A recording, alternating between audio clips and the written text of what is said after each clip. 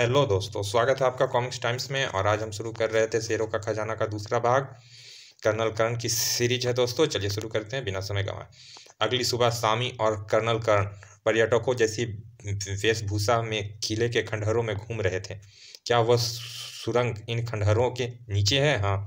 तुम्हें अंदर जाने का रास्ता मालूम है? सुरंग में जाने के कई रास्ते हैं, मुझे केवल एक रास्ता पता है। कुछ देर बाद सामी ने कर्ण को एक भूमिगत रास्ते के मुहाने पर लाकर खड़ा कर दिया। यही है वो रास्ता, तो आओ अंदर चलते हैं। फिर कर्ण सामी का हाथ थामकर सुरंग में उतर गया।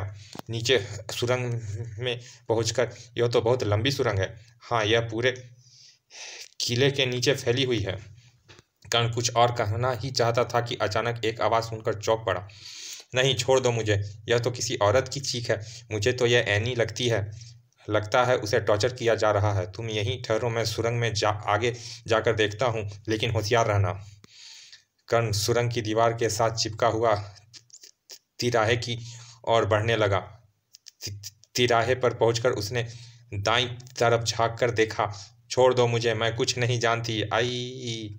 कैप्टन सीजर कमरे में झांकने में इतना व्यस्त था कि उसे अपने पीछे की खबर ही नहीं थी। कुछ सावधानी से कर्ण निकट पहुंचा और सीजर कोई आवाज़ निकाले बिना ढेर हो गया। अब कर्ण ने दरवाजे के छिद्र में से भीतर झांका। भीतर का दृश्य विचित्र दृश्य था।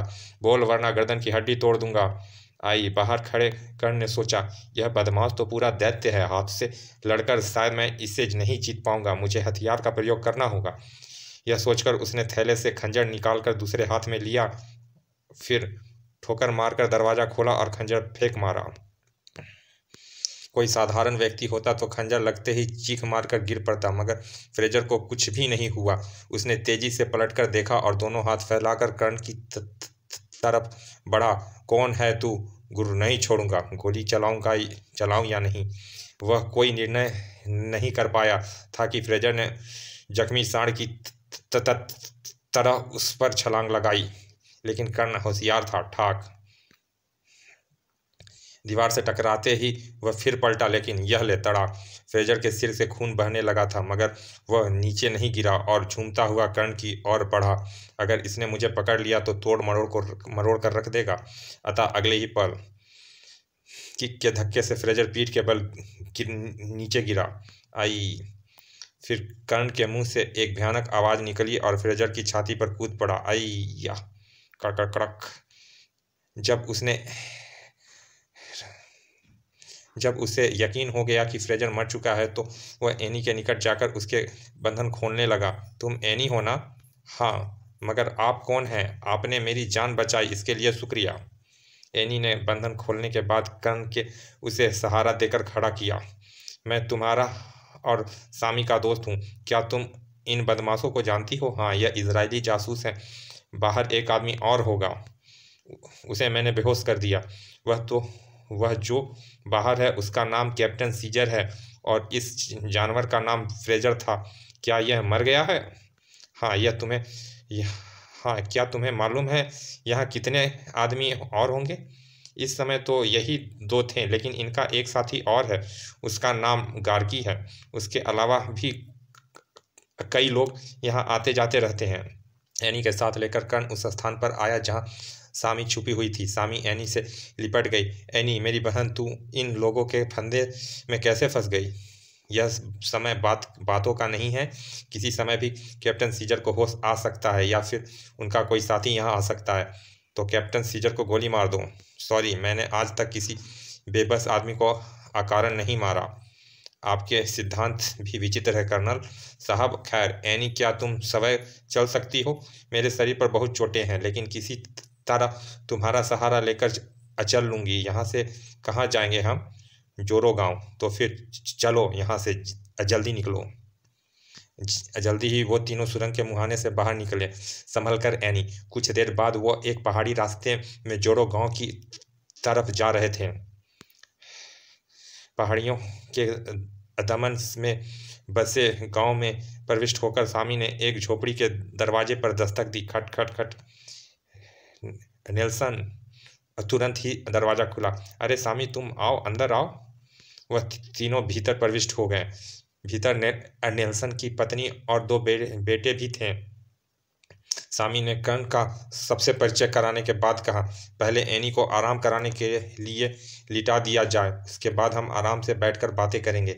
एनी को मैं दूसरे कमरे में लिटा आती हूँ, उसके बाद आप लोगों के लिए खाना तैयार करती हूँ।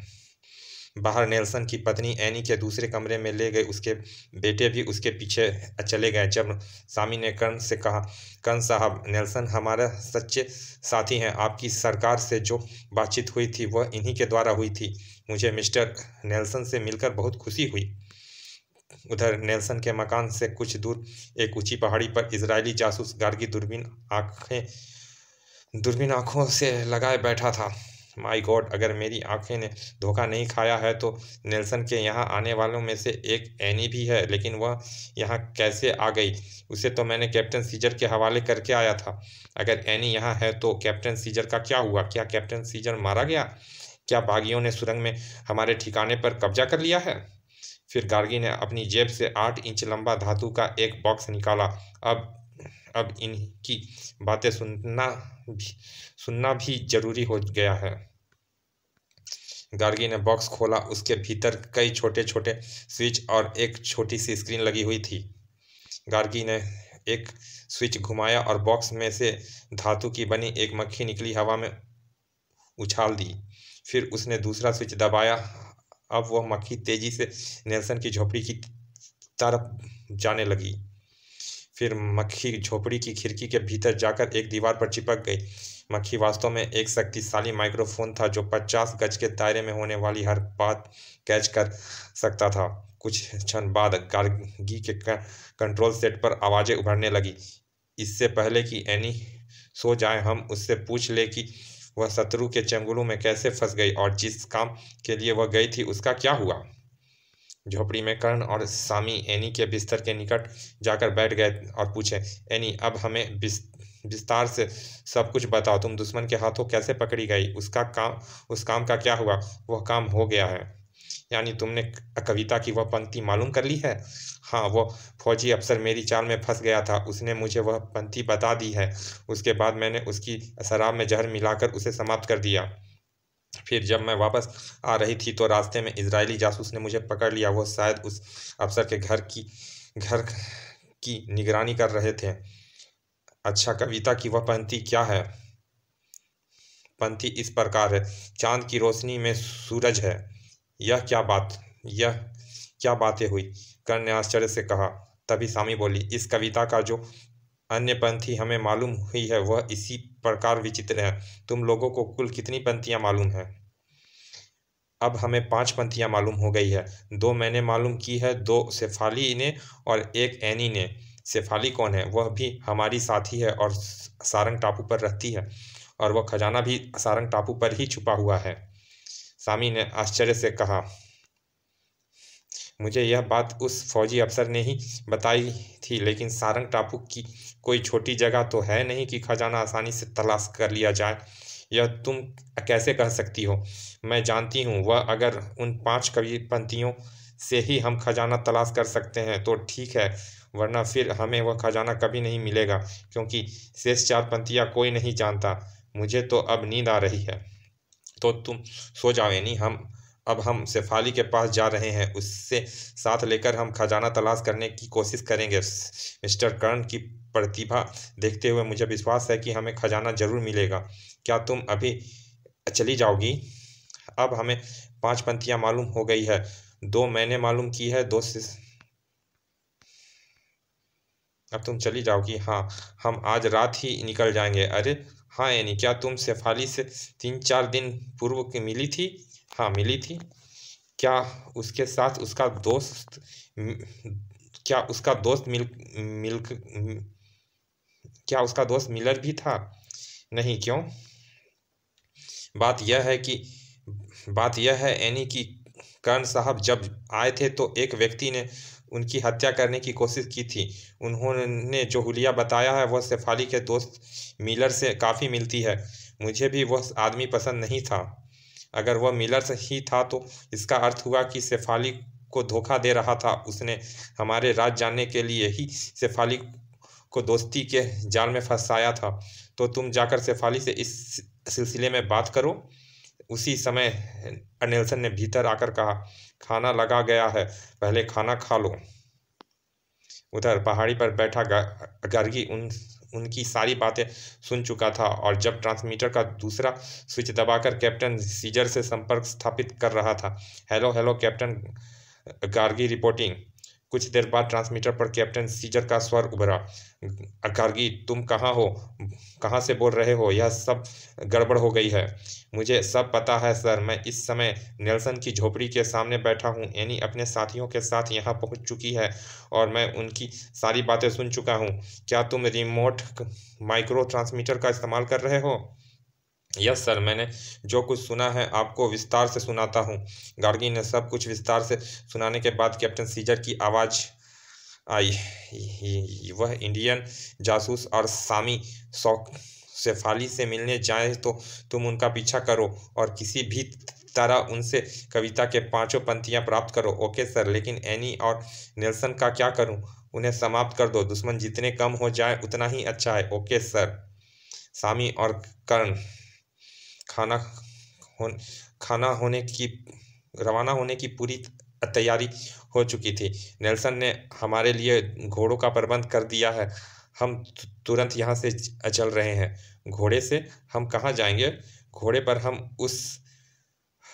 हम फीन नदी तक जाएंगे, वहाँ से बोट लेकर सारंग जाएंगे। ओके चलो, मैं तैयार हूँ।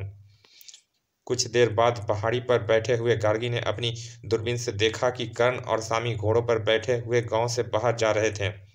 गार्गी जानता था कि वह कहाँ जा रहे थे, इसीलिए उसने तुरंत उनका पीछा नहीं किया। इनसे तो मैं बाद में निपट लूँगा, पहले एनी और नेल्सन को जहन्नुम रसीद करता हूँ। उधर गांव से कुछ दूर निकल जाने के बाद कर्ण ने कहा, अब तुम मुझे वह 5 पंक्तियाँ बताओ तो तुम्हें मालूम है। सामी और कर्ण रवाना हो गए। जो तुम्हें मालूम है? 5 नहीं, मुझे उस समय केवल 3 पंक्तियाँ मालूम है। 2 पंक्तियाँ शेफाली के पास है, इसीलिए तो हम उसके पास जा रहे हैं। तो 3 ही बताओ। वह 3 पंक्तियाँ इस प्रकार है। चांद की रोशनी में सूरज है, बीच में उसके 7वां दिन है, यानी जिसका खुदा मुहाफिज रक्षक है। कर्ण ने आश्चर्य से कहा, सचमुच बड़ी विचित्र पंक्तियां हैं। इन तीनों पंक्तियों में जरूर कोई ना कोई अर्थ छुपा हुआ है, मगर क्या, यह सोचना पड़ेगा। कॉमिक्स पढ़ने वाले दोस्तों, क्या आप यह तीनों पंक्तियां पढ़कर अनुमान लगा सकते हैं कि इसमें किस चीज की तरफ इशारा किया गया है? कोशिश करके देखिए। वैसे इस राज आपको कहानी के दूसरे भाग सूरज की भेंट में मालूम हो जाएगी। पढ़ना ना भूलेंगे। चलिए दोस्तों, इस कॉमिक्स का ये भाग यहाँ समाप्त होता है। मिलते हैं सूरज की भेंट में। और अभी तक आपने हमारे चैनल को सब्सक्राइब नहीं किया दोस्तों तो प्लीज़ सब्सक्राइब कर दें। चलिए मिलते हैं इसके दूसरे भाग में, सूरज की भेंट में। तब तक के लिए धन्यवाद पिता।